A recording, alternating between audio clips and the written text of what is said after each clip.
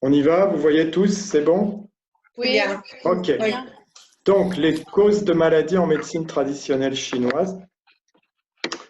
Alors, c'est une présentation qui se veut une vulgarisation, bien sûr, parce que c'est juste pour donner des connaissances de base à des personnes qui ne connaissent pas spécialement la médecine chinoise. D'accord?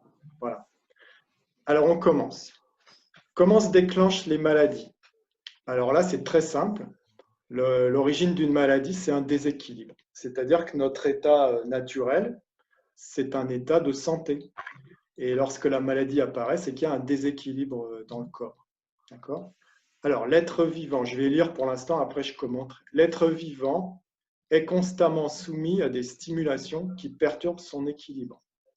Et la capacité à retrouver cet équilibre, l'équilibre du métabolisme, ça permet de conserver une bonne santé. C'est ce qu'on appelle l'homéostasie en médecine conventionnelle. C'est cette capacité qu'on a à récupérer notre équilibre et notre santé finalement.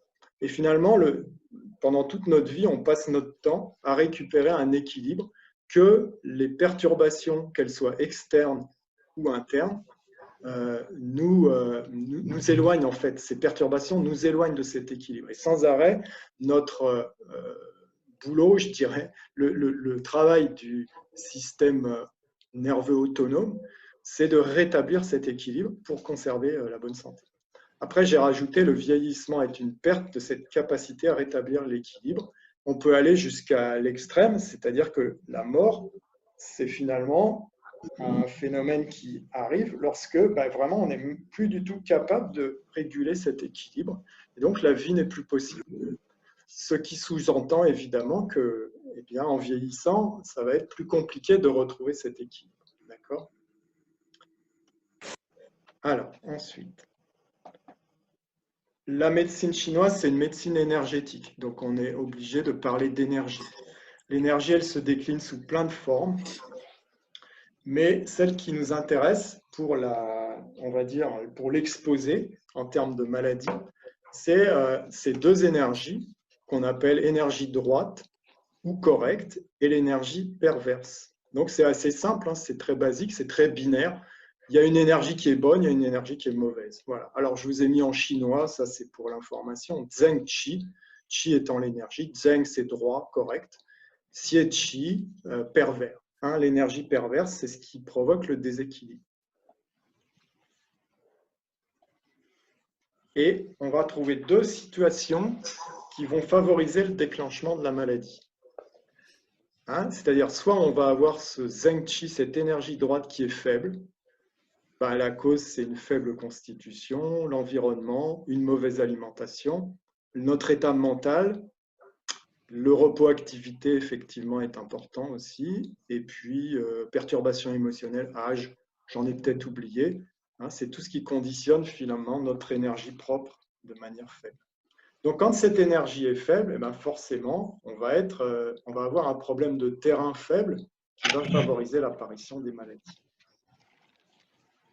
La deuxième situation, c'est qu'on a une énergie perverse qui est forte. Alors, j'ai mis exemple de certains virus forts, des excès climatiques forts. C'est-à-dire que même là, si on est en pleine forme et qu'on a une énergie vitale très, très forte, eh bien, on va tomber malade. C'est ce qu'on voit dans les épidémies en ce moment. Il y a des gens qui sont en bonne santé et qui finalement, malgré tout, l'agresseur étant très fort, ils tombent malades. Alors, ce qui est intéressant, c'est de voir le rapport de force de ces deux énergies, comment elles conditionnent la manière dont va se manifester la maladie. On va avoir trois cas. On va avoir le cas où cette énergie droite, correcte, est plus forte que l'énergie perverse. Dans ce cas-là, j'ai mis pas de maladie ou guérison rapide. On va vite retrouver son équilibre. Et j'ai mis en gras, mais les symptômes peuvent être forts. Contrairement à ce qu'on pourrait penser, lorsqu'on a un Zheng Qi, une énergie droite, correcte, interne, qui est très forte, on peut faire de fortes réactions aux facteurs pervers, l'agent pathogène. C'est-à-dire que, par exemple, on va avoir... en fait, si on a un système immunitaire fort, on va provoquer de fortes réactions. C'est d'ailleurs le problème dans les maladies auto-immunes, c'est que notre système immunitaire est trop fort. Vous prenez les bébés, les enfants, les petits-enfants, ils ont une énergie très forte en fait, correcte, très forte au départ.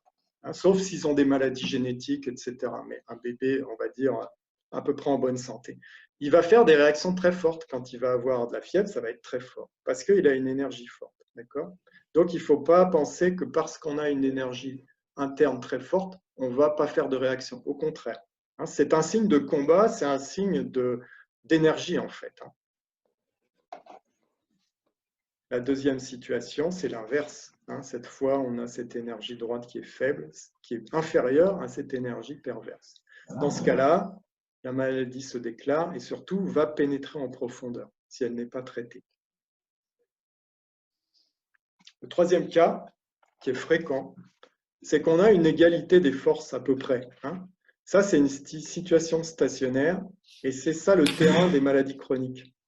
C'est qu'en fait, il y a une oscillation souvent entre ces forces. Alors, de temps en temps, on va avoir un zen-chi un peu plus fort, donc c'est des phases de rémission. De temps en temps, eh bien, il va être un peu plus faible et on va avoir des phases de maladie. Et ça, c'est une situation qui peut durer très longtemps, qui peut durer toute la vie en fait, parce qu'on a une sorte d'équilibre entre ces deux forces.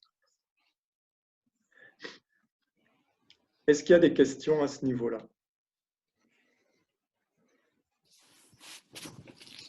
Non, c'est très clair, merci. Ça va ? C'est clair ? Non, oui, c'est clair. Alors, on continue.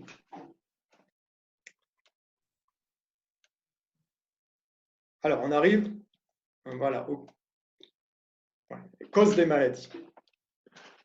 Alors là, c'est un classement qui a été fait dans le corpus de la médecine chinoise.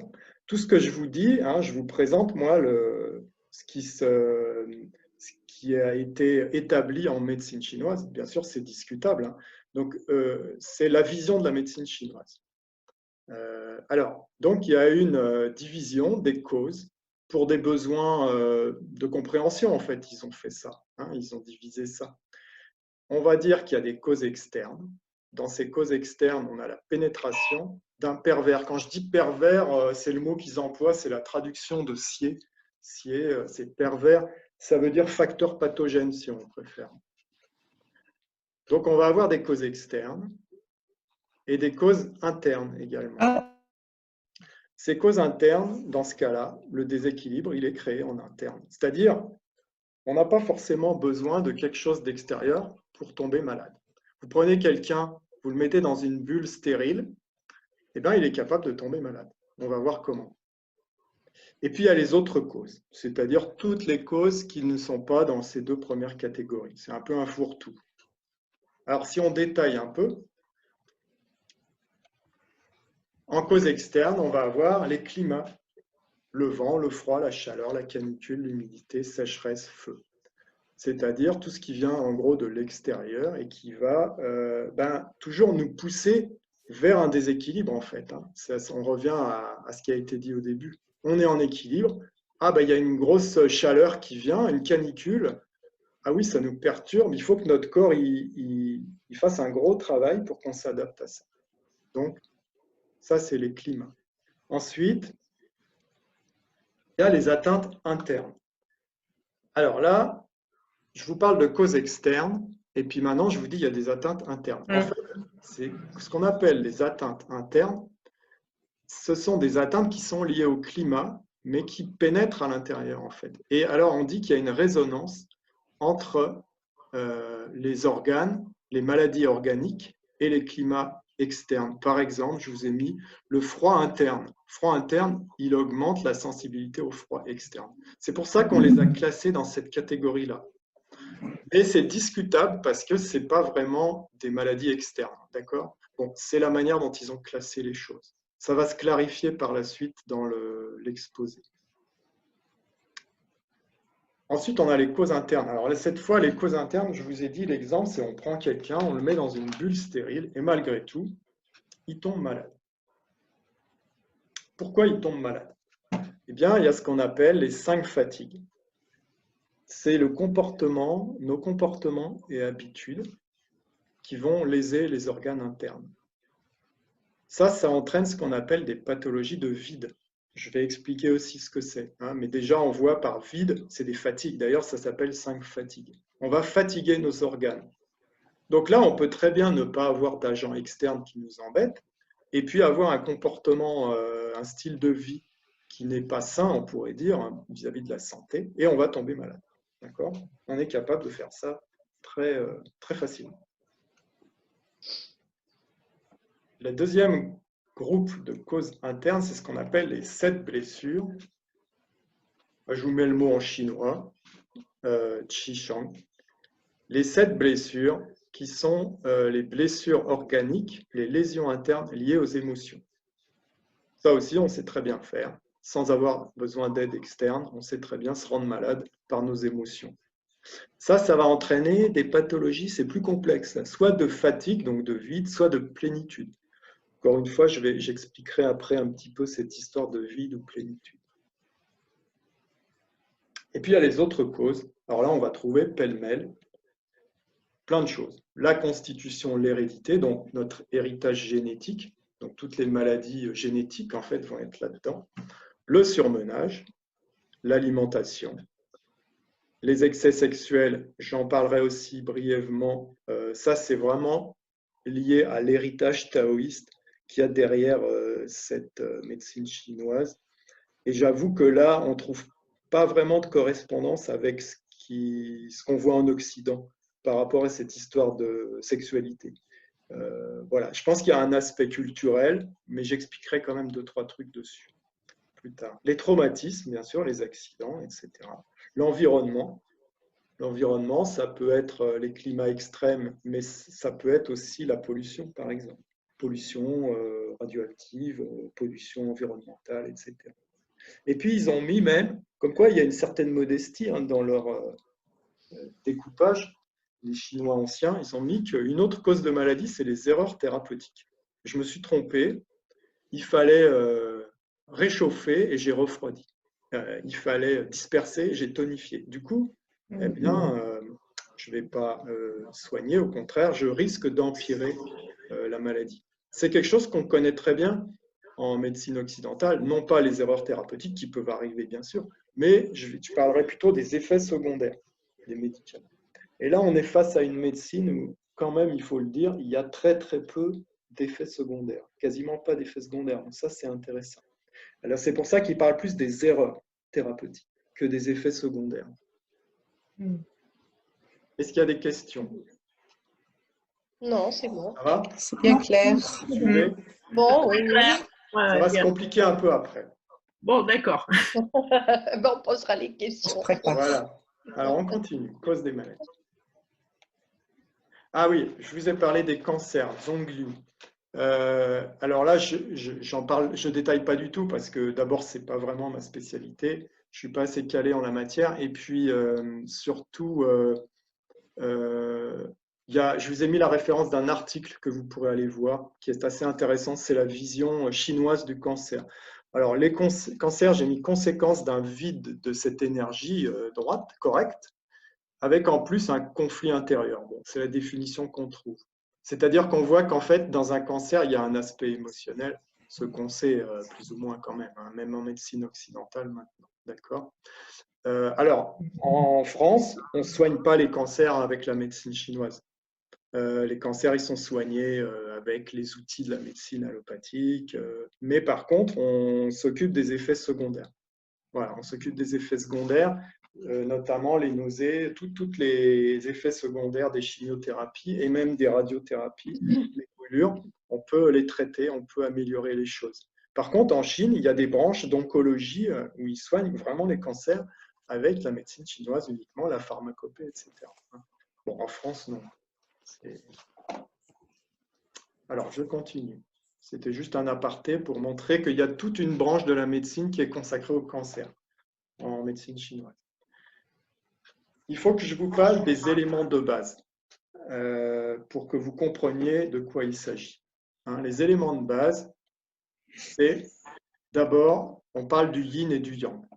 Voilà, le yin et le yang.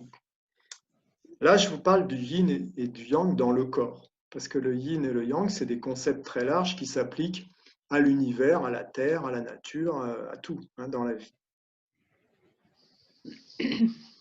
Alors, le yin dans le corps, c'est la base substantielle des organes. C'est-à-dire, c'est ce qui est matériel, on pourrait dire. Hein, les muscles, le sang, les liquides, etc. Et ça assure les mouvements descendants. Par contre, le yang, c'est plus ce qui assure les activités physiologiques et mentales. Donc, c'est plus un mouvement, le yang, on pourrait dire, ou une fonction. Et ça assure les mouvements ascendants. D'accord? Ensuite, il y a le terme chi, c'est l'énergie. C'est un terme générique qui décrit l'énergie dans le corps, l'énergie globale. Et vous voyez, j'ai mis le yin, c'est du yin chi, le yang, c'est du yang chi. En fait, c'est des énergies, ce yin et ce yang. D'accord? C'est une coloration de l'énergie. Donc, quand on parle de chi, c'est un terme générique. Et puis ensuite, on spécialise en disant énergie yin, énergie yang, par exemple. Ensuite, on a le sang. C'est un élément important qu'on utilise pour le diagnostic. Le sang, il a un aspect nutritif. C'est-à-dire, il va nourrir les organes, en fait, et les tissus du corps. Et j'ai mis qu'il est lié au chi, à l'énergie. Il y a une relation entre le chi et le sang, toujours. Le chi pousse le sang. C'est l'énergie qui fait circuler le sang. En fait, c'est le cœur qui pousse. C'est donc le yang chi du cœur qui pousse le sang dans les vaisseaux. Et, à contrario, le sang, c'est le support physique du chi. C'est pour ça que souvent on dit qu'il y a une faiblesse du sang et du chi, ça va souvent ensemble. Imaginez que vous fassiez une hémorragie, une grosse hémorragie, vous allez perdre du sang, votre énergie va fuir, on dit le chi fuit avec le sang. C'est pour ça que vous faites des syncopes et que vous perdez votre énergie quand il y a une hémorragie. Donc c'est vraiment, ces deux éléments sont très liés. Cinquième point, c'est les liquides organiques qu'on utilise aussi. Liquides organiques qui sont de deux types. J'ai mis Jin et Ye. Jin-Ye, on appelle ça. Jin, c'est les liquides fluides. Salive, urine, transpiration. Épais, c'est les liquides qu'on dit épais, synovie, liquide céphalorachidien, lymphe. Liquide céphalorachidien, en vérité, c'est très fluide, mais ils l'ont classé dans liquide épais, avec la notion de liquide, si vous voulez, qui sort moins facilement du corps. Vous voyez que les jeans, salive, urine, transpiration, il y a un échange avec l'extérieur. Par contre, les yé, c'est des choses qui sont encapsulées à la synovie, ça ne sort pas, à moins qu'on se casse une articulation. Le liquide céphalorachidien, c'est pareil, et la lymphe c'est pareil. Est-ce qu'il y a des questions? Non, c'est bon. Ça va? Bon. Oui, ça va. Si, moi j'ai juste une question. Vas-y, oui. Parce que j'ai commencé à prendre des notes, mais est-ce que finalement tu vas nous les transmettre, ces éléments? Ouais, je vais vous l'envoyer, la présentation, bien sûr. D'accord. En fait, ce qu'on fera, c'est que toutes les personnes qui souhaitent recevoir la présentation m'enverront un email à la suite, aujourd'hui, quand ils peuvent. Et moi, je leur enverrai Voilà, c'est pas la peine de prendre des notes, quoi. D'accord. Voilà, d'accord, très bien. Merci. Alors, on continue. Alors, voilà, je parle maintenant des notions de vide et de plénitude. C'est important de comprendre ça. On va voir les cas de vide, les cas de plénitude. Alors, les cas de vide. On peut avoir le vide des éléments qu'on vient de voir avant. Si je prends ici, il y a yin, yang, chi, sang, liquide organique. On va en voir 4. On va voir le vide de chi, le vide de yang, le vide de sang et le vide de yin. D'accord? Alors, je fais au fur et à mesure. Vide de chi. Ce vide de chi, vous voyez les symptômes, j'ai mis en pêle-mêle, bien sûr. Léger essoufflement, voix faible, transpiration spontanée, manque d'appétit, selle molle, douleur lombaire, sourd. Il y en a d'autres, bien sûr. C'est des signes de faiblesse, bien sûr, plutôt. Et vous voyez que ce vide de chi peut affecter tous les organes. Poumons, reins, foie, cœur, rate. Et donc, les symptômes que l'on va avoir vont dépendre de l'organe affecté. Par exemple, un léger essoufflement, voix faible, ça va plutôt être une faiblesse de l'énergie du poumon. Transpiration spontanée, ça va être cœur-poumon. Manque d'appétit, c'est le système digestif. Manque d'appétit, selle molle, c'est plutôt la rate. D'accord? Douleur lombaire sourde, c'est plutôt les reins. Alors, ce n'est pas une liste limitative, il y a plein d'autres signes. Mais ensuite, comment on fait quand on est thérapeute pour diagnostiquer un vide de chi? Bien sûr, on a ces signes, on va demander à la personne, est-ce que vous transpirez spontanément, est-ce que vous avez de l'appétit, etc., etc. Et puis, on a d'autres signes qui sont le pouls et la langue qu'on utilise beaucoup. D'accord? Ça va faire des langues qui sont pâles, qui sont gonflées généralement.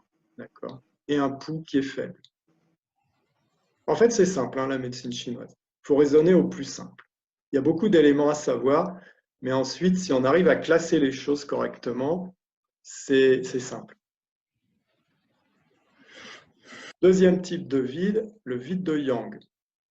Alors, le vide de yang, c'est comme le vide de qi. On va retrouver les signes, puisque c'est un vide, on va retrouver des signes de fatigue, d'essoufflement, etc., etc., auxquels vont s'ajouter des signes de froid. J'ai mis froid vide. Et oui, parce vous allez voir qu'il y a deux types de froid. Le froid vide, c'est une insuffisance de la chaleur physiologique. Il n'y a pas assez de feu à l'intérieur du corps. Donc ça, c'est comme des gens qui ont toujours froid. Hein. Toujours froid, il faut toujours que, même l'été, ils ont froid. Ils ont souvent le ventre froid, les genoux froids, les pieds froids, des choses comme ça.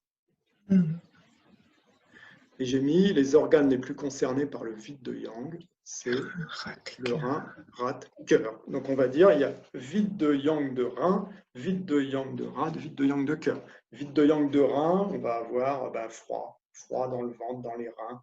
On va être fatigué, on va avoir mal au dos. Vide de rate, vide de yang de rate, on va avoir difficulté à digérer parce que le feu digestif il est très faible. D'accord ? On peut avoir même des... Ouais, enfin voilà. Vide de yang du cœur. Alors là, c'est un peu particulier.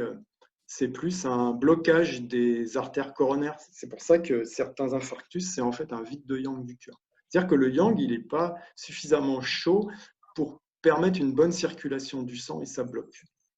Voilà. Ça, c'est des exemples. Il faut se dire qu'il y a plein d'autres causes, il y a plein d'autres cas. Moi, ce que je vous donne, c'est des exemples. Troisième vide, le vide de sang.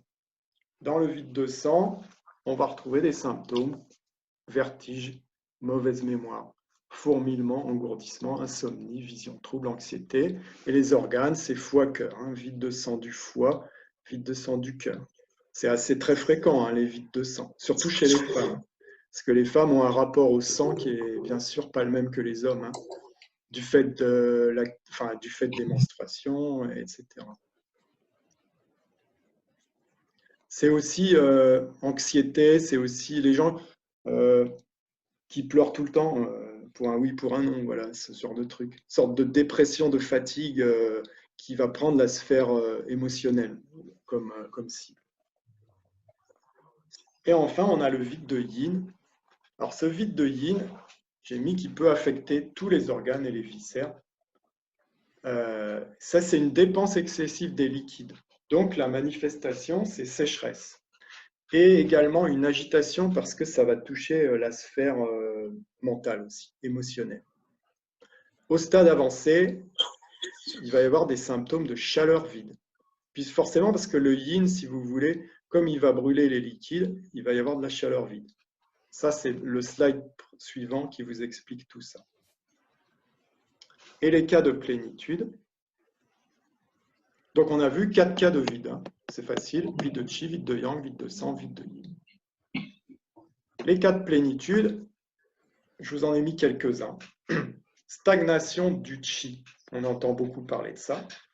Le chi doit circuler dans le corps. C'est pour ça qu'on fait du qigong, du tai chi, des choses comme ça. Lorsqu'il stagne, il bloque. Ça provoque des douleurs, des distensions. Ça affecte la sphère émotionnelle. On va être irrité. On va être en colère, colère rentrée et humeur changeante. On peut avoir une stagnation de sang. On appelle ça des stases de sang. Ça, c'est des douleurs. Douleur térébrantes. Douleur térébrantes, c'est une douleur, on dit en pointe de couteau, là, comme si une aiguille rentrait dans. Donc, c'est des douleurs très vives. Des masses abdominales. Et souvent, ça se porte sur l'aspect gynéco. Donc, règles douloureuses. stagnation d'humidité. Vous voyez que les cas de plénitude, pour l'instant, c'est que de la stagnation. Stagnation d'humidité. Il y a trop d'humidité dans le corps. On va avoir des jambes lourdes, digestion difficile, gonflement, des œdèmes éventuellement, des céphalées. Après, on a le TAN, les glaires. Ça, c'est comment dire, un épaississement de l'humidité, des liquides. Et dans ce cas-là, on va avoir une oppression poitrine nausée. En fait, par exemple, vous avez une bonne bronchite, vous avez des glaires épais. Voilà, ça, c'est passé au stade de TAN, de glaire. Vomissement, vertige, sensation de brouillard dans la tête. Voilà, ce sont les signes à peu près du TAN. Est-ce que ça va toujours? Pas de questions? Non, ça va. Bon. C'est très riche. Soit vous comprenez rien, soit vous comprenez tout. On comprend tout. Bon, On ça- comprend tout, mais il y a beaucoup de choses. Il y a beaucoup de choses, hein. Mais après, il faudra le On ne relire. retiendra le pas truc, hein. tout, mais c'est compréhensible. Bah, vous aurez Voilà, le document. voilà. Non, mais c'est sûr qu'il y a C'est beaucoup très de choses. riche. C'est Il y a très beaucoup de riche. choses. Oui. On Ton continue. débit est très bien. Tu parles pas trop Ça vite. va? C'est bien. Bon. Oui, oui, Non, oui, c'est bien. très bien. Très bien. Alors, on continue. Les mécanismes du yin et du yang. Parce que ici, je vous ai parlé de froid vide, de chaleur vide, vide de yang, vide de yin. Donc, qu'est-ce que c'est que ce truc-là? Comment ça marche? C'est très simple. Voilà l'équilibre du yin et du yang. D'accord? Le yang, je l'ai mis rouge, c'est de la chaleur. Le yin, c'est plutôt du froid, je l'ai mis blanc. On est à l'équilibre. Le petit trait en pointillé, ça correspond au niveau d'équilibre de bonne santé. D'accord? Alors, Ok. on continue. Qu'est-ce qui se passe si, voilà, je manque de yang, là, d'accord? Vide de yang. C'est ça le vide de yang que j'ai parlé tout à l'heure. Il n'y a pas assez de yang. Le yang, il est en dessous de la barre d'équilibre, là, de la barre bonne santé. D'accord? On a son petit frère, évidemment, c'est le vide de yin. C'est pareil, c'est le yin qui manque. Il est en dessous. Donc, sur cette partie gauche de l'écran, on est sur des pathologies de vide. D'accord? Là, je repars à droite et on va voir les pathologies de plénitude. Vous voyez que là, ce qui se passe, il y a trop de yin. Et oui, il peut y en avoir trop. C'est au-dessus de la bonne santé. Ça veut dire quoi, trop de yin? Trop de froid, trop d'humidité. C'est ça que ça veut dire. Vous avez attrapé un froid directement dans l'estomac. Il y a quelqu'un qui arrive, qui va prendre un cours. Vous avez attrapé un froid, une grippe intestinale, c'est du froid qui est rentré dans l'estomac ou dans les intestins directement. Il y a trop de yin, là, il y a trop de froid à l'intérieur. C'est pas bon, c'est pathologique. De la même manière, on va avoir la plénitude de yang. Trop de yang, céphalée, vertige, montée de yang du foie, ce genre de truc, quoi. D'accord? C'est pathologique. On n'est plus à l'équilibre. Alors, attendez. Il y a quelqu'un qui a un gros problème de connexion. Oui, il y a quelqu'un qui n'arrive pas à se connecter. OK. Bon, je reprends. Excusez-moi. Alors, donc, on a à gauche, c'est le vide. À droite, c'est la plénitude. Et vous avez vu que si je prends maintenant cette ligne horizontale, tous ces deux cas, vide de yang, plénitude de yin, c'est des situations de froid. Parce qu'on voit que ce qui domine, c'est le rectangle blanc. Il est plus fort que le rouge. Donc, c'est du froid. D'accord? Et puis en bas, c'est des situations de chaleur. Parce que le yang est toujours plus fort que le yin. Mais il y a une différence entre les deux situations. C'est que là, c'est un froid vide. Et là, c'est un froid plénitude. D'accord? C'est-à-dire qu'on a deux situations de froid, mais qui ne sont pas du tout dues aux mêmes causes. Ça, c'est important, c'est très important, parce que si on respecte ce passage, je vous montrerai les principes thérapeutiques après, et ben on fait des erreurs thérapeutiques. De la même manière pour la chaleur, chaleur vide, chaleur plénitude. D'accord? D'accord, ok. C'est simple, hein, la médecine chinoise. Ok. Alors maintenant, comment je gère ça? Une situation de vide de yang, c'est un froid vide. Qu'est-ce que je dois faire, moi, pour soigner ça? Je dois Faire monter le yang. remonter Je dois faire monter le yang. le yang, oui. Hein? Il faut que je fasse monter le yang pour arriver à cet équilibre-là. Donc, mon principe thérapeutique, ça va être réchauffer le yang, on dit. Tonifier le yang ou réchauffer le yang. Il faut rebooster le yang. D'accord? Dans le cas du froid plénitude, quel va être mon principe thérapeutique? Ce n'est pas du tout le même. Abaisser C'est le le yin. yin. Il faut enlever du yin. Vous voyez? Maintenant, si dans un cas de froid vide, je baisse le yin, je me dis, ah ben, je vais baisser le yin puisqu'il y a du froid. Eh ben, je vais mettre la personne à plat, là, parce qu'elle est à équilibre, mais alors avec un niveau d'énergie qui est très bas. Je vais la rétamer. Ici, à contrario, je dis, ah bah tiens, il y a du froid, je vais augmenter le yang. Ah oui, mais alors là, on fait exploser la cocotte minute, là. D'accord? Voilà. Donc, ce qu'on veut, c'est retourner à l'équilibre. On revient au principe de base qui est la maladie est un déséquilibre. Ce que je veux, c'est ramener à l'équilibre. Et l'équilibre, c'est la barre en pointillé, là. Ok. Même principe pour en bas. Hein. Mon travail ici, c'est tonifier, nourrir le yin, on dit, pour le ramener au niveau du yang. Par contre, là, il faut que je baisse le yang, il y a trop de yang. Et si on respecte ça, on ne fera pas de bêtises. Donc, il faut savoir identifier, en fait, ces 4 formes de mécanisme du yang chez une personne. Est-ce qu'il est en vide de yang, ou en plénitude de yin, ou en vide de yin, ou en plénitude de yang? C'est une des premières choses qu'on fait quand on évalue, en fait, une personne, quand on a une personne en face de nous. Question? Non, tout va bien. Tout va bien? Clair. Bon.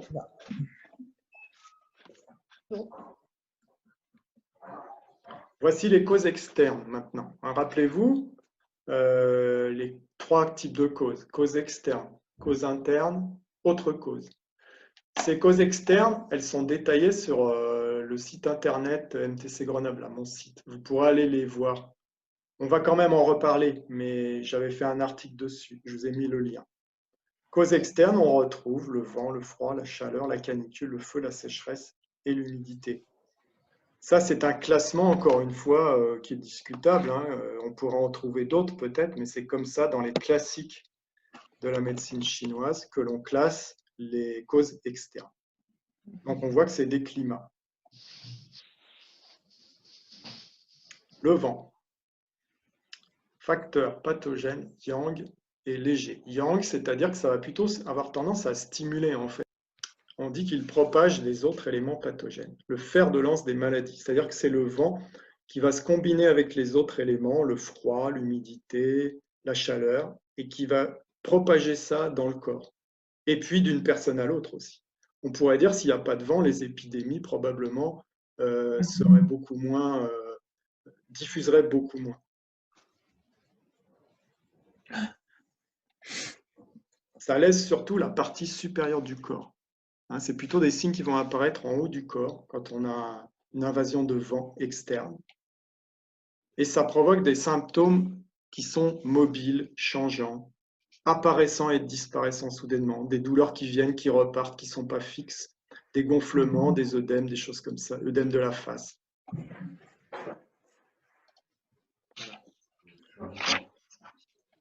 Si on parle du vent externe, Évidemment, Patrick. donc si on parle du vent externe, voilà ce que ça produit. Raideur de la nuque et du dos, des courbatures, larmoiement, nez qui coule, céphalée occipitale, douleur de gorge. Tout ça, c'est les symptômes du début de rhume ou de la grippe, en fait. Souvent, ça se porte, le vent, il peut pénétrer par les pores de la peau. Dans ce cas-là, oui, ça fait des courbatures aussi. Voilà ce que produit le vent externe.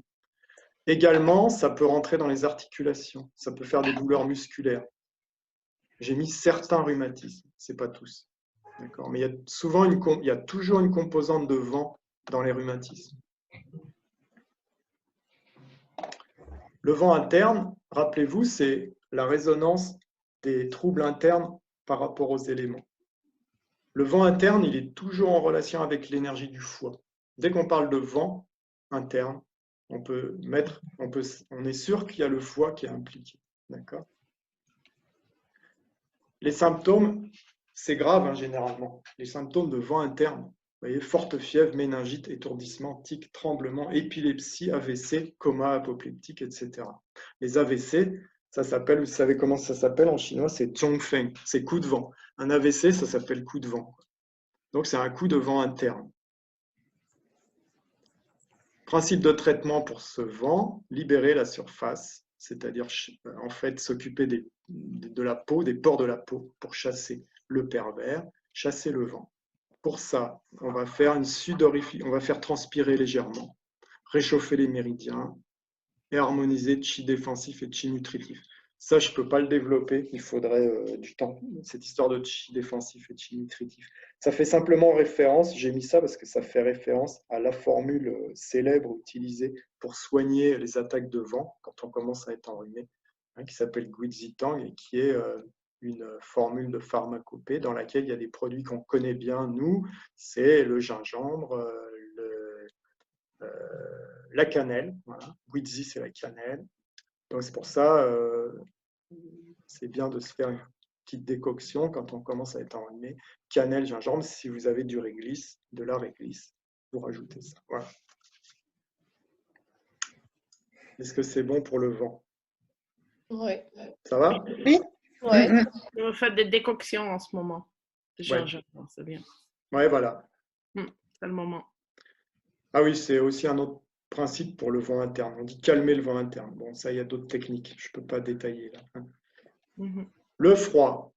Alors, là, cette fois, c'est plutôt un facteur pathogène yin. Bah oui, parce qu'on a dit que le froid, c'était du yin. Pénètre par les voies respiratoires, la peau, le système digestif, les voies génitales. Oui, il peut rentrer par le système digestif, c'est ce que je disais tout à l'heure. Lorsqu'on a une grippe intestinale, généralement, c'est un froid enfin, ça peut être un froid qui rentre directement. Soit on mange des aliments trop froids, soit il fait très froid et ça rentre par le système digestif. Par les voies génitales, c'est parce qu'il y a des cas de froid dans l'utérus qui génèrent des douleurs. Ça veut dire assis sur des trucs froids, c'est pas bon. Hein. Si vous êtes assis sur des pierres froides longtemps, bah, c'est pas bon. Voilà, ça fait pénétrer le froid par en bas. Le froid externe provoque des frissons, des douleurs articulaires, des courbatures, blocage du dos, lumbago, souvent dû au froid, douleur intestinale, diarrhée, grippe intestinale. En fait, ce qui va souvent avec froid, c'est douleur. Beaucoup de cas de douleur sont liés au froid. Froid interne. Ça, c'est dû à une déficience du yang qi. C'est un vide de yang, le froid interne. C'est le feu physiologique qui n'est pas assez fort. Et donc, souvent, c'est l'énergie de la rate et des reins qui est déficiente, qui n'arrive pas à réchauffer le corps. Et là, c'est donc ce froid interne, frilosité permanente, diarrhée chronique, œdème, partie inférieure du corps, douleur lombaire chronique, urine fréquente, libido faible, impuissance, des signes qui lient la sphère de la sexualité. Voilà. Alors, il y a aussi quelque chose par rapport au froid interne, parce que ça, on le voit, c'est les opérations. Quand vous vous faites opérer, dans les salles d'opération, il fait froid parce qu'ils réduisent la température pour éviter la propagation, bien sûr, des bactéries, etc. Eh bien, si vous avez une opération qui est longue, après, ils vont refermer, etc. Et il y a du froid qui est emprisonné dans le corps, en fait. Et ça, on peut le voir à des gens qui se sont fait opérer et qui ont, depuis, des symptômes de froid vide. Ils ont toujours froid. Dans ce cas-là, il faut réchauffer l'interne. On a des trucs pour réchauffer l'interne. Principe de traitement, libérer la surface, réchauffer le yang. Cette fois, on va faire transpirer, mais vraiment puissamment. Ça, c'est dans le cas de froid externe. On va faire une forte sudorification avec des produits. Réchauffer les méridiens, faire circuler le yang qi et le sang. Ça, c'est pour le froid interne. Réchauffer le yang des reins, tonifier. Ce sera sans doute des pharmacopées ou la moxibustion, beaucoup. Hein. Les moxa, on utilise ça pour réchauffer le yang. Si vous êtes chez vous, ça peut être une bouillotte en dessous du nombril, hein, voilà. Ou dans les reins. Ça réchauffe l'interne, en fait. OK pour le froid? D'accord. Allez, je continue. Chaleur, terme générique, facteur pathogène yang. Ça regroupe, c'est un peu un fourre-tout la chaleur. Il y a la chaleur interne, la canicule, la tiédeur et le feu. Ça, la chaleur, quand on parle de chaleur, c'est Ré en chinois, c'est une chaleur qui provient de la transformation des facteurs pathogènes qui stagnent dans le corps. C'est la fièvre en gros. Lorsqu'on a une grippe, cette fièvre, c'est la transformation du froid en fait. Le froid est rentré, il stagne, et ben, il se transforme en chaleur. La tiédeur, c'est un concept en fait, la tiédeur en médecine chinoise, qui est utilisé pour un type particulier de maladies qui sont les maladies tropicales. Donc nous, on ne le voit pas, ça, en fait. Donc on dit les maladies de tiédeur épidémique. Souvent, c'est une chaleur humide. Bon, je vous l'ai mis à titre indicatif, mais ce n'est pas quelque chose de courant chez nous. Et puis la canicule, cette fois, ben, c'est vraiment le coup de chaleur. Pénètre dans le corps suite à l'exposition au soleil ou une forte chaleur. Sauna, température extrême. Excès de sauna, c'est pas non plus très bon. Et ça produit la transpiration, la soif, l'agitation. Ça a un impact aussi sur la sphère psychique. Perte de connaissance, coup de chaleur, ça peut être des convulsions, des choses comme ça. Le feu, c'est une forme extrême de chaleur. Alors ça, c'est une complication des maladies de chaleur. Il faut bien comprendre que le feu, ça ne vient pas de l'extérieur. C'est lorsqu'on est en situation de chaleur interne et qu'il se passe, soit ça s'aggrave, parce qu'on est de nouveau soumis à de la chaleur externe. La chaleur externe peut quand même, on va dire, augmenter cette chaleur. Et souvent, c'est exacerbé par des émotions excessives, combinées à une chaleur interne, et ça va provoquer un feu. On parle de feu du cœur, feu du foie. Généralement, c'est assez fort, hein, c'est des symptômes assez forts. Feu de l'estomac, par exemple. Feu du cœur, on va avoir des... Je ne sais pas si je l'ai mis là. Et ben voilà. Donc, les symptômes, c'est troubles de l'esprit, les rêves, le sommeil est perturbé, soif, urine foncée. Urine foncée, pourquoi? Parce qu'il y a de la chaleur. Hein, urine claire, froid, urine foncée, chaleur. Constipation, pourquoi il y a de la constipation? Parce qu'il y a de la chaleur.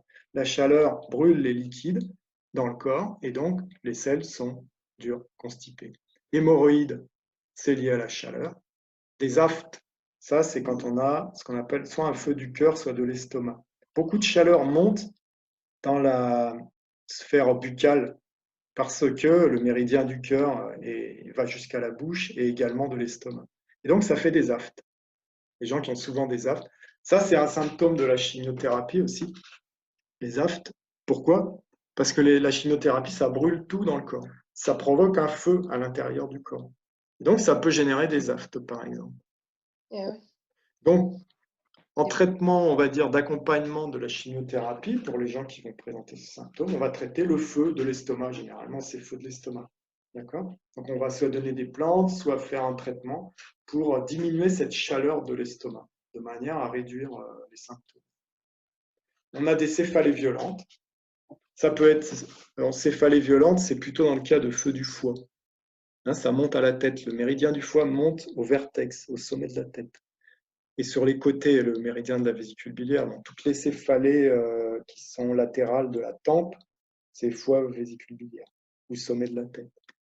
C'est des céphalées violentes. Hein. Vertige aussi, il peut y avoir. Saignement des gencives. Ça, c'est l'estomac qui est en feu. Hein. Estomac, gros intestin. Épistaxis, c'est saignement de nez. Épistaxis, c'est quand il y a un feu dans le poumon. Donc vous voyez que il faut savoir décoder en fait tout ça, c'est-à-dire si moi je vois quelqu'un qui a un épistaxis, saignement du nez tout le temps, je vais me dire, ah mais tiens, est-ce qu'il n'a pas un feu du poumon par exemple? Mais ça peut être autre chose, c'est pas si simple. Si la personne, elle présente aucune forme de chaleur, bah non, c'est pas un feu du poumon. Ça peut être une faiblesse du sang, par exemple, de la rate. Les vaisseaux qui contiennent mal le sang. Vous voyez, il y a toujours plusieurs causes aux maladies. C'est pour ça qu'il ne faut jamais faire des conclusions trop hâtives. Donc là, ce que je vous donne, c'est une liste de symptômes, mais ces symptômes peuvent être aussi provoqués par d'autres causes.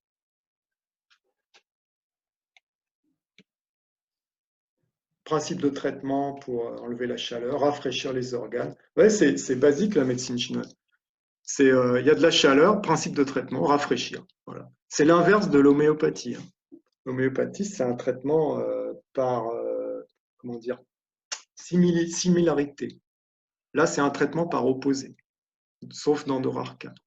Il y a trop de chaleur, on refroidit. Il y a trop de froid, on réchauffe. Il n'y a pas assez de chi, on tonifie. Il y a trop de chi, on disperse. Alors que l'homéopathie, c'est l'inverse. On va mettre en présence le même trouble de manière très très diluée, de manière à provoquer une réaction du corps. C'est vraiment deux principes complètement différents. Dans le système, c'est différent. Les deux sont valables, hein, bien sûr. Alors, on rafraîchit les organes, donc j'ai dit surtout cœur, foie, poumon, qui sont sujets au feu. On rafraîchit le sang, on abaisse le yang, et on nourrit le yin en cas de chaleur vide. Et les techniques pharmacopées, principalement. Oui, la saignée. Alors, ça peut paraître barbare, la saignée. Il ne s'agit pas d'enlever des litres de sang. On prend une petite aiguille à saigner, on vient piquer une ou deux fois à un endroit particulier du corps, et on sort quelques gouttes de sang. Là, on peut même faire des ventouses humides, c'est-à-dire on vient piquer un petit peu et on met une ventouse qui fait sortir le sang. Et ça rafraîchit le sang, donc ça va faire tomber la chaleur. Ça peut être utilisé en cas de fièvre aussi. On va piquer au bout des doigts, extraire une ou deux gouttes de sang, ou dans la nuque aussi. Bon, voilà. Sécheresse, blesse le sang, assèche les liquides organiques. C'est la déshydratation. Cause externe, c'est simple, climat ambiant sec. Cause interne, ce sont les troubles desséchants, les diarrhées, transpiration importante, vomissement, vieillissement. Hein, souvent, en vieillissant, on est de plus en plus sec. Pourquoi? Parce que c'est l'aspect yin qui manque au corps en vieillissant. Donc, l'aspect yang aussi manque, mais souvent, c'est l'aspect yin. Et du coup, on a des manifestations de sécheresse de la peau, des cheveux, voilà, et d'autres choses. Voilà, j'ai mis symptômes peau sèche, tout sèche, sécheresse de la bouche, des yeux, une certaine forme de constipation aussi, puisqu'il n'y a plus de liquide dans le corps, il y en a moins, forcément, eh bien, les selles, pour être expulsés, ont besoin d'un certain taux d'humidité. Et quand il n'y a plus ça, ça complique. Principe de traitement, cette fois, c'est nourrir le yin, l'aspect yin, rein, poumon, estomac et le sang.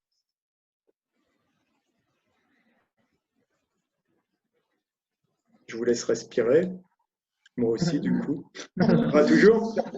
Vous n'êtes pas assommé? Ça va? Ça va, ça va. Vous suivez. Non, ça va.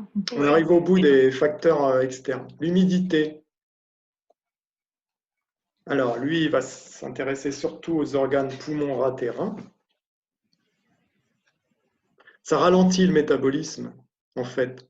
Ça fait quelque chose de lourd. En fait, l'humidité, on dit c'est lourd. Les causes externes, climat humide. Là, vous êtes tout le temps confronté à un climat humide. Environnement professionnel, j'ai mis ça, c'est parce qu'il y a certains métiers où ils sont toujours dans l'eau, où ils ont les mains dans l'eau, les pieds dans l'eau. Ou les marins pêcheurs, les gens comme ça. Forcément, ils vont être sensibles à ça. Et en interne, c'est une faiblesse d'énergie de la rate qui ne métabolise plus bien les liquides. Et puis, il y a les aliments, bien sûr. Une grande source d'humidité dans le corps, c'est les aliments, surtout les produits laitiers et les produits gras. Les symptômes, sensation de lourdeur, fatigue générale, douleur articulaire fixe avec gonflement. Humidité, gonflement. Tout de suite, il faut penser, quand on voit des gonflements, ça fait penser à l'humidité. Sensation de tête enserrée, donc c'est des céphalées qui prennent toute la tête, un petit peu comme si on avait un foulard noué trop serré autour de la tête. Distension, selle molle, leucorrhée, donc perte vaginale, nausée aussi. On ne se sent pas clair en fait quand il y a de l'humidité aussi, j'ai pas mis, mais psychologiquement, on a l'impression d'être un peu embrumé, quoi. C'est pas clair, on n'arrive pas bien à réfléchir. Voilà. transformation en glaire. Alors là, on pourrait dire un épaississement des liquides pathogènes. Par exemple, la toux, dans le cas de bronchite, là, ça devient épais. Mais ça peut être plus grave, le TAN. Hein. Quand ça stagne longtemps dans le corps, ça peut provoquer kystes, tumeurs. Donc, c'est en fait, même les kystes, c'est du TAN, en fait. C'est vraiment une solidification de cet excès de liquide qui forme... en fait, le corps ne sait pas l'évacuer, ce truc, cet excès d'humidité qui stagne. Donc, il fabrique des choses, des kystes, au pire des tumeurs. Et j'ai mis trouble hyperlipidémique, c'est déséquilibre du cholestérol aussi, parce que, en fait, l'hyperlipidémie, c'est du TAN en médecine chinoise. C'est-à-dire c'est de la graisse dans le sang, en fait. Cette espèce de graisse ou de liquide organique qui se transforme en graisse, on va dire, qui se métabolise, eh bien, ça vient envahir les vaisseaux sanguins. Donc, on est dans un cas de cholestérol, déséquilibre du cholestérol. Principe de traitement, c'est simple, il y a de l'humidité, éliminer l'humidité, et vous voyez que les organes en question, c'est ceux qu'on avait dit au début, poumon, rein, rate. Donc, poumon, c'est ouvrir la voie des os. Je ne peux pas détailler ça, mais il y a un lien entre poumon et rein. Renforcer la rate et disperser rein-vessie pour traiter l'humidité. Quelles sont les situations favorisant la pénétration maintenant de ces agents pathogènes? Premièrement, la faiblesse des organes. Ça, on le comprend bien, quand on a des organes faibles, ça va rentrer facilement à l'intérieur, par le poumon, par l'estomac, par les intestins. Et lorsqu'on a une faiblesse des reins et du foie et de la rate qui est faible, on va favoriser le froid et l'humidité dans les muscles. Ça va provoquer des rhumatismes. D'accord? Donc, pour résumer, faiblesse de l'énergie des organes en traille plus facteur pathogène externe, eh bien, ça pénètre. C'est-à-dire que la faiblesse de l'énergie est une condition favorable pour la pénétration des facteurs pathogènes externes. C'est ça que ça veut dire. Le sang ne circule plus correctement. Le pervers est bloqué car le sang circule mal. Ça, c'est des douleurs articulaires. Douleurs du cycle chez les femmes, certaines céphalées. Douleurs par stase de sang. Et puis, il y a les perturbations émotionnelles, stagnation du chi. L'énergie circule mal, le pervers pénètre dans n'importe quelle partie du corps sans aucune lésion physique. C'est les douleurs, les boules qu'on a. On va faire une radio. Ben non, il n'y a rien, monsieur, vous n'avez rien du tout. Mais j'ai mal. Non, non, vous n'avez rien, je vous jure. Bon, ok. Moi, j'en vois souvent des cas comme ça. En fait, il n'y a pas de lésion physique, c'est un blocage du chi. D'accord? Donc, les trois situations qui vont favoriser tous les pervers qu'on a vus là, froid, humidité, etc., vont être soit une faiblesse de l'énergie, soit le sang qui circule mal, soit les perturbations émotionnelles. Ou un mélange de tout ça, bien sûr.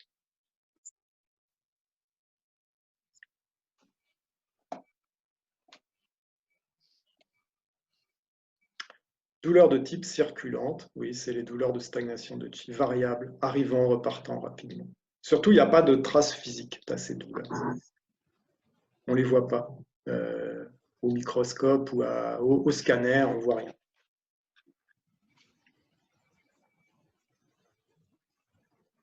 Alors après, la partie qui suit, ça va être assez rapide, mais c'est assez visuel. Je vous ai fait ça pour que vous compreniez. Parce que là, on a décrit tous ces pervers externes, froid, humidité, etc. Mais qu'est-ce qui se passe quand ils ont pénétré le corps, en fait? Qu'est-ce qui se passe? Par exemple, du froid. Si ce froid, il stagne dans le corps, il y a une stagnation, c'est-à-dire il reste longtemps dans le corps, ben, ça provoque de la chaleur. Hein, c'est le cas, on va voir. Ça provoque de la chaleur. S'il y a encore une stagnation, plus des émotions, entre parenthèses, ce n'est pas obligatoire, mais ça peut favoriser, ça fait du feu.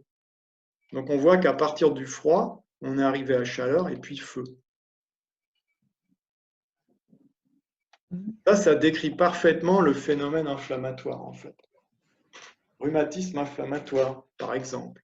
J'ai du froid dans le corps, ça stagne longtemps, ça se transforme en feu, ça me fait une inflammation des articulations. D'accord? Donc, ce qui a joué, c'est une pénétration quand même au départ d'un pervers, souvent froid, et le temps, la stagnation, sans que ça s'évacue.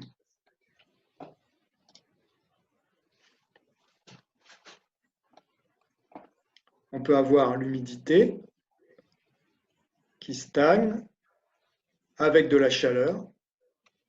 Ça va faire le fameux tan, là, les mucosités, transformées en mucosité. Ça forme soit des bronchites, nodules, kystes, transformation. Ensuite, si par là-dessus, vous voyez, sur mucosité, tan, il y a un conflit intérieur des émotions, c'est là qu'on peut arriver au cancer. Ça, c'est la théorie de la médecine chinoise. Voilà. Zhongli. C'est-à-dire que le tan, c'est un préalable qui commence à être assez grave pour que se développent des maladies vraiment graves. Donc, quand on est en présence de tan, c'est généralement une maladie un petit peu avancée déjà. Voilà. Alors, on continue dans cette transformation des pervers. Ah oui, ça, c'est le phénomène intéressant de...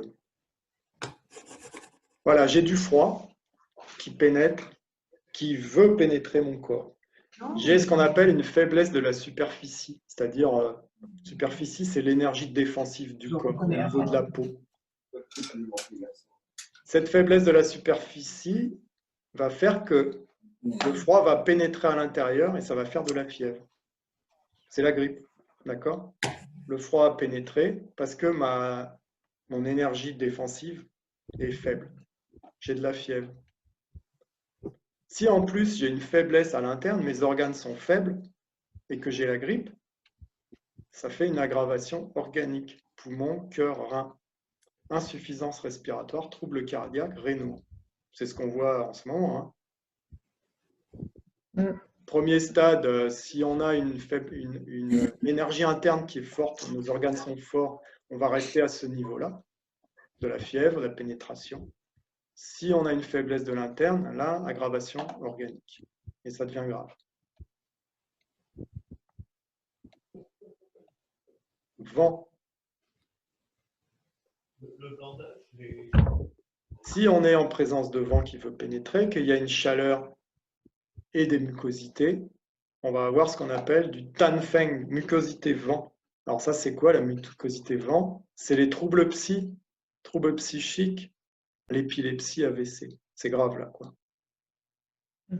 À la base, vous voyez qu'il y a du vent. À la base de ces troubles, il y a du vent, en fait. Plus de la chaleur et éventuellement des mucosités.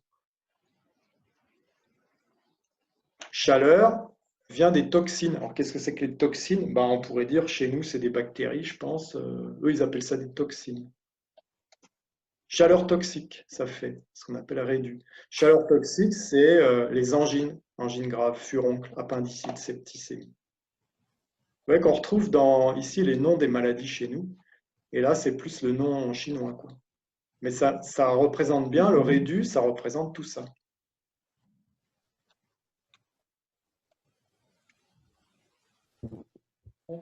Alors, des fois, ça se combine. Vent et froid. Ça fait Feng Han. Ça, c'est la traduction en chinois. Ça fait des rhumes, courbatures, contractures, paralysie faciale. Vent et chaleur. Feng Ré. Angine, fièvre, type méningite.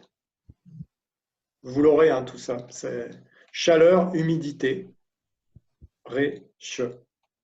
Dysenterie, diarrhée, cystite, bronchite, maladie tropicale, rectocolite hémorragique, virgule, il y en a d'autres, c'est juste des exemples. C'est pour vous montrer comment ça peut se combiner. Et finalement, on a des choses qui rentrent à l'intérieur et qui provoquent des maladies. Canicule, sécheresse, zaoré, insolation, coup de chaleur, syncope. Et on continue. Ah oui, ça c'est pour montrer qu'ils peuvent être trois même. Vent, humidité et froid. Ça fait quoi? Ce qu'on appelle Feng Shui, froid. Feng Shui, c'est des rhumatismes. Donc, le rhumatisme, froid, c'est du vent, de l'humidité et du froid.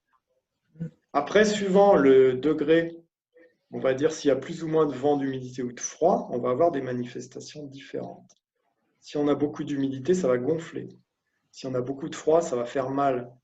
Si on a beaucoup de vent, ça va se déplacer tout le temps. Hein, d'accord? Vent, humidité, chaleur. Feng Shipi, chaud. C'est arthrite, rhumatisme, inflammatoire. Il y a la composante inflammatoire, c'est la chaleur.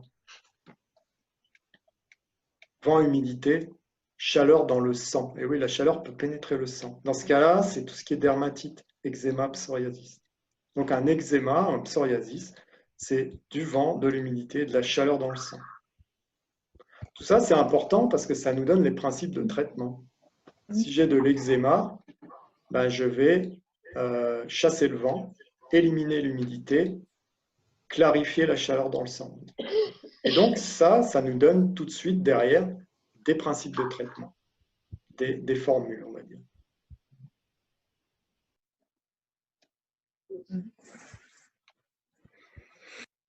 Causes internes, ça va aller plus vite. Les 5 fatigues. Donc les causes internes, j'avais dit, il y a les 5 fatigues qui entraînent des pathologies de vide. Xin Lao. Xin, c'est le cœur, la fatigue du cœur. On dit que, ça c'est le texte qu'il y a dans les classiques, l'usage excessif des yeux affecte le sang et le cœur. Ça se traduit par surmenage intellectuel, travail mental excessif, trop lire, trop parler, surmenage émotionnel. Ça blesse le sang. Ça provoque des troubles émotionnels, de l'anxiété, impression de ne pas tenir en place. Et la maladie, c'est vide de sang. Hein, on a vu ça tout à l'heure. Vide de sang du cœur ou du foie. Donc, la sphère émotionnelle, elle est touchée. Deuxième fatigue, Gan Lao. Gan, c'est le foie. Trop d'exercice physique blesse les tendons et le foie. En fait, par extension, évidemment, j'ai mis trop de sport, de sollicitation des tendons. Mais le gros truc de ça, Gan Lao, c'est le stress, fatigue nerveuse, contrariété. Hein. Dans ce cas-là, on a un vide de sang du foie et une stagnation de chi du foie. Ça veut dire quoi? C'est oui, trop de stress au travail et du coup, fatigue nerveuse en fait. Fatigue nerveuse, ça touche la sphère du foie. Ensuite, trop d'exercice physique, c'est quand même intéressant, c'est que il y a beaucoup de gens qui ont des problèmes de tendinite en fait. Les tendons sont liés au foie. Ils ont des problèmes de tendinite arrivés à 50 ans parce qu'ils ont un passé très sportif, etc. Ils ont trop tiré sur la corde, trop d'exercice physique. Et ça va souvent avec le stress, fatigue nerveuse. Parce que ces gens, ils vous disent « Ah ouais, mais quand je suis stressé, j'ai beaucoup plus mal à ma tendinite. » Donc, c'est lié au foie. D'accord? Vide de sang du foie, stagnation du chi du foie. Pi là-haut. Pi, c'est la rate. Assis trop longtemps blesse les chairs et la rate. Là, c'est principalement l'excès d'alimentation. La mauvaise alimentation, mauvais dosage des 5 saveurs. Rester assis trop longtemps, pas assez d'activité physique. Ventre noué, rumination mentale. Blesse la capacité fonctionnelle de l'estomac, des muscles. La rate est liée aux muscles aussi, hein, d'accord? Donc ça provoque un vide de chi, voire de yang, rate, estomac, avec des troubles digestifs et des troubles, une faiblesse en fait du corps, faiblesse des muscles. Fei là-haut, fei c'est le poumon. Allonger trop longtemps blesse le chi et le poumon. Trop parler, trop d'inactivité, de sommeil, position horizontale entrave le chi s'affaiblit. Hein, les personnes alitées longtemps deviennent très fatiguées en fait. Les personnes alitées s'affaiblissent. Donc vide de chi du poumon ou de yang des reins. Trop parler, trop parler. Ça, c'est les enseignants. Les gens qui parlent beaucoup à la fin de la journée, ils n'ont plus envie de parler, quoi. Ça les fatigue.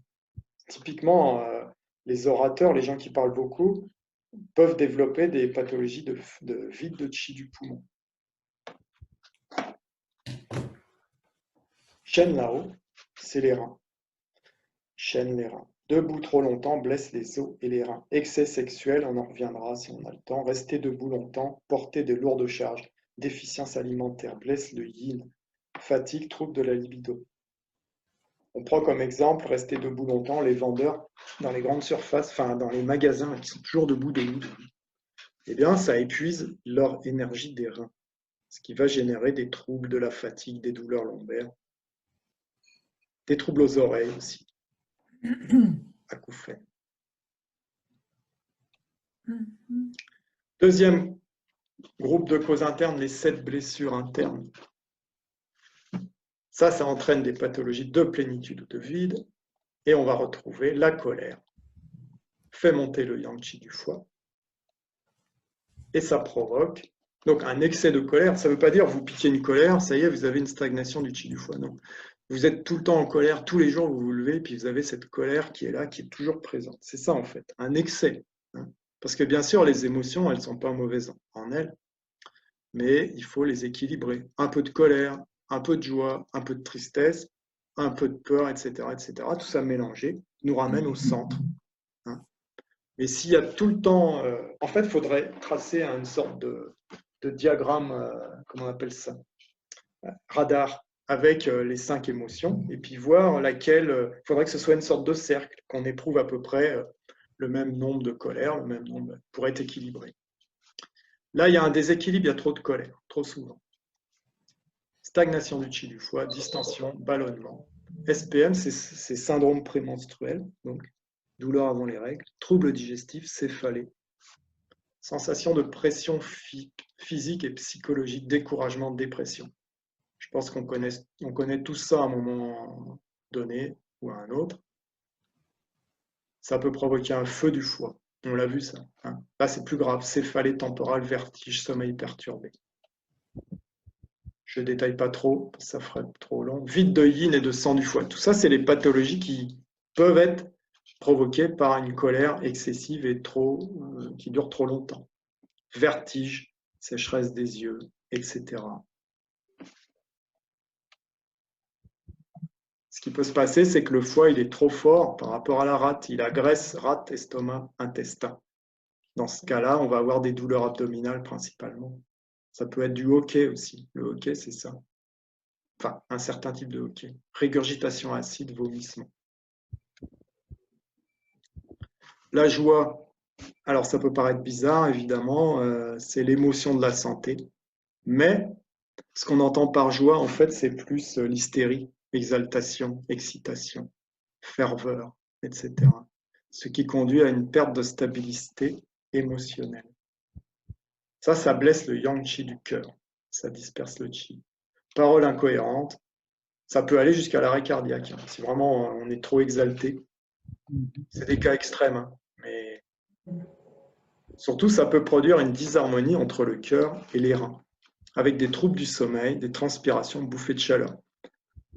Typiquement, disharmonie entre cœur et rein, c'est ce qui se passe dans les troubles de la ménopause, mais qui ne sont pas toujours liés à la joie. Donc, ce n'est pas un bon exemple que je donne. Feu du cœur, comme le feu du foie, trop de chaleur, agitation mentale, on l'a vu déjà.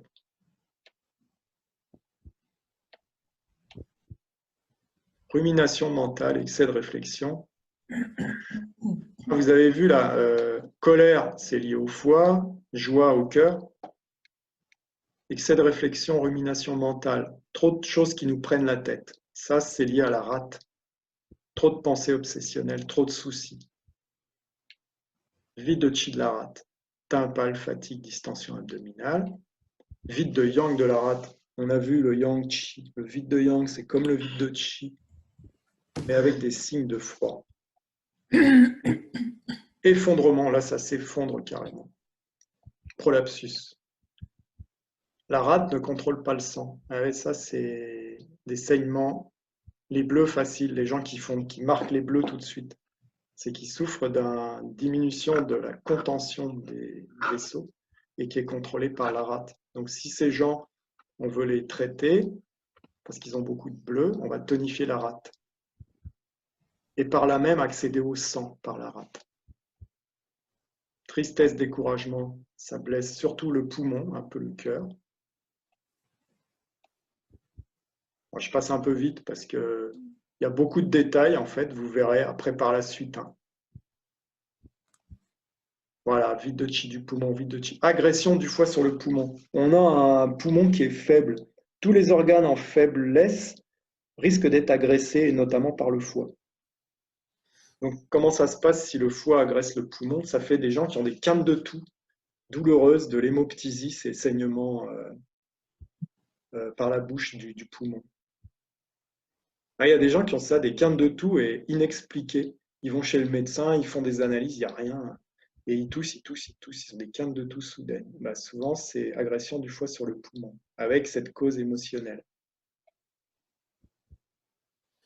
Peur, c'est lié au rein.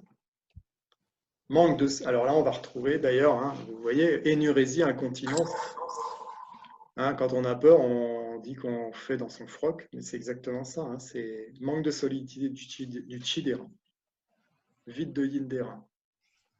L'aspect yin qui manque, ça provoque des vertiges, des acouphènes, troubles auditifs, troubles lombaires, troubles sexuels. Dysharmonie corps, on l'a déjà vu. Voilà. Donc on a fini les causes internes. Et il nous reste à voir juste les autres causes, mais là ça va être rapide. J'aurais sorti, je ne sais pas comment faire. Autre cause, le fourre-tout, on a mis hérédité, constitution, ciel antérieur, notion du ciel antérieur, c'est l'héritage génétique. Santé des parents, j'ai mis conception entre parenthèses. Oui, parce que dans le taoïsme notamment, quand vous concevez un enfant, c'est très important que vous soyez dans les meilleures dispositions. Au moment de la conception, je parle. Ils font très attention à ça, les Chinois, et d'ailleurs, ils font des voyages, non pas de noces, ils font des voyages de conception. Ils partent sur une île, dans un super hôtel, pour aller concevoir leur enfant, pour être dans des dispositions vraiment bonnes, pour que l'énergie, ce qui est transmis à l'enfant, soit le plus positif possible. Donc la santé des parents, malnutrition, c'est un facteur qui est classé dans ces facteurs héréditaires, constitution, traumatisme, excès. Surmenage intellectuel et physique. Donc c'est qu'en fait on consomme plus de chi que l'on en stocke. Donc au bout d'un moment il y a un déficit. Stress, pression au travail, perfectionnisme épuise le chi des organes. Vous voyez, les gens qui veulent trop faire bien, quoi. Ça épuise. Alors quelqu'un m'envoie un petit message, conversation. Ouais. On me dit c'est intéressant mais vraiment long, peut-être moins détaillé. C'est vrai que c'est très détaillé. Donc je vais aller. De toute manière, on a fini. Alors donc le surmenage intellectuel et le surmenage physique, c'est les 5 fatigues. On l'a vu ça. Excès sexuel, héritage taoïste, c'est-à-dire c'est un problème culturel. Pour eux, c'est très important cette notion. La seule chose que je vais dire là-dessus, c'est qu'il y a une différence entre les hommes et les femmes. Quand on dit excès sexuel, on parle de l'excès qui épuise, qui rend malade. C'est l'excès sexuel des hommes. Et oui, on n'est pas à égalité sur ce plan-là. Parce qu'en fait, c'est l'éjaculation, c'est la perte de sperme qui épuise. Par contre, les femmes, c'est plutôt bien parce que ça réchauffe en fait. La pratique sexuelle réchauffe l'interne. Donc pour les femmes, on va dire que c'est bon. Là, je parle d'un excès, bien sûr. C'est à modérer tout ça parce que, évidemment, l'abstention sexuelle, on sait que c'est pas bon. Voilà, donc c'est à décliner avec tout ce qui est culturel en Chine. Mais il s'agit surtout de la sexualité par rapport à l'éjaculation. Et chez les femmes, le pendant, c'est, on va dire, les grossesses qui vont épuiser le sang. L'alimentation, je vous invite à voir entre autres l'article que j'ai fait, mais il y a d'autres sources, parce que ça on ne peut pas en parler, c'est trop long. Les traumatismes, les accidents, ça va provoquer des stases de sang, stagnation du chi. Et ça favorise les rhumatismes. Souvent les rhumatismes, ils partent d'un traumatisme. On a eu une fracture ou une entorse ou un truc, ou bien même un coup. Et ça peut être le démarrage d'un trouble rhumatismal. Environnement, climat extrême, pollution, parasites. Et les erreurs thérapeutiques, on en a parlé. Je crois que c'est l'avant-dernier slide. Tenez bon.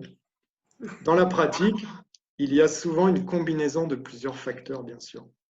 Ce n'est pas si simple. On a vu vide de chi, vide de yang, vide. Souvent, combinés, on a de la plénitude et du vide. Une cause externe et une cause interne. Tout ça, il faut arriver à le démêler un peu. C'est une sorte d'enquête à faire et d'arriver à démêler, voir ce qui est important, laisser de côté des choses qui sont moins importantes, etc. Savoir reconnaître la différence entre un trouble aigu et un trouble chronique. Un trouble aigu, c'est un cas de plénitude. Rappelez-vous, vide, plénitude, on en a parlé. Avec les deux issues possibles, on en a parlé aussi, par rapport au rapport de force entre l'énergie correcte et l'énergie perverse. Guérison ou aggravation. D'accord? Là, on est dans les troubles aigus. Soit ça guérit, soit ça s'aggrave. Mais c'est aigu. C'est-à-dire, ça arrive assez vite, ça peut être assez fort, et généralement, ça repart assez vite. Ou ça s'aggrave assez vite.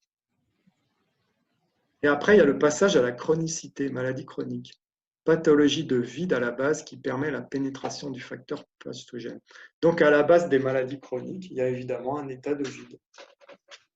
Dans ce cas-là, on est dans le troisième cas de rapport de force, c'est l'énergie droite, à peu près pareil que l'énergie pathogène. Et là, on est sûr de passer à la chronicité. Donc là, il faut faire quelque chose pour casser cet équilibre pervers, cet équilibre qui n'est pas bon. Et le cas des douleurs chroniques, c'est toujours des pathologies de vide à la racine, sur laquelle se développe une stagnation. Donc pareil, dans les douleurs chroniques, on va avoir surtout tendance à tonifier, plus qu'à disperser. Ah voilà, on arrive à la fin. Tout ça pour vous dire, et vous avez compris, que l'important, c'est de renforcer le Zheng Qi, donc l'énergie correcte, parce que si on renforce cette énergie, eh bien, on va être plus résistant aux facteurs pathogènes. Finalement, c'est d'une simplicité enfantine, quoi. C'est mais non, mais c'est ça, en fait. C'est vrai.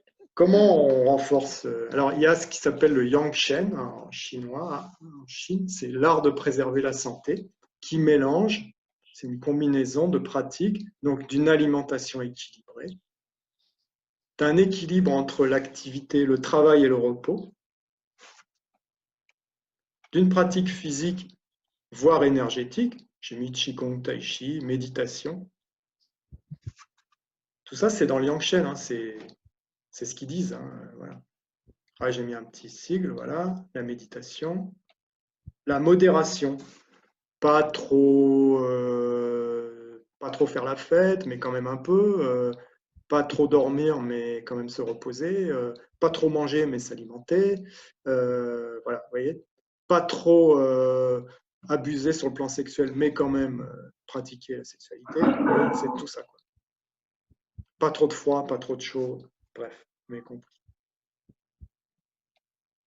Entretenir les relations sociales, ça fait partie du Yang Shen.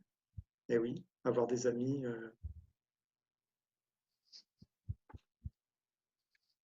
Nourrir le Shen. Nourrir le Shen. Le Shen, c'est la conscience élargie. Hein, c'est-à-dire élargir toujours notre conscience à quelque chose de plus vaste que nous, quoi, de voir notre position dans l'univers, etc. Ça fait partie des conseils donnés pour le Yang Shen. Et voilà, je vous ai mis, voilà, on se place dans l'univers. Et cette fois, c'est vraiment fini. Je vous ai juste fait le résumé, mais ça, vous le verrez. Parce qu'en fait, on n'a pas vu tant de choses que ça. Résumé. On a vu quoi? Les maladies, c'est un déséquilibre. On a vu la relation entre l'énergie correcte et le Xie-Qi. On a vu le yin, le yang, le qi, le sang et les liquides organiques. Vide, plénitude, mécanisme du yin et du yang. Cause externe. Mécanisme de transformation des pervers, rappelez-vous, vent plus froid, vent plus chaleur, etc. Cause interne, les 5 fatigues, les 7 blessures, en relation avec les 5 organes. Autre cause, et Yang Shen. Voilà, on a vu 9 choses. Pas mal. Pas mal, c'est pas mal. Et on arrive à, cette fois, c'est fini. Voilà, merci. Merci. Merci. Merci à toi.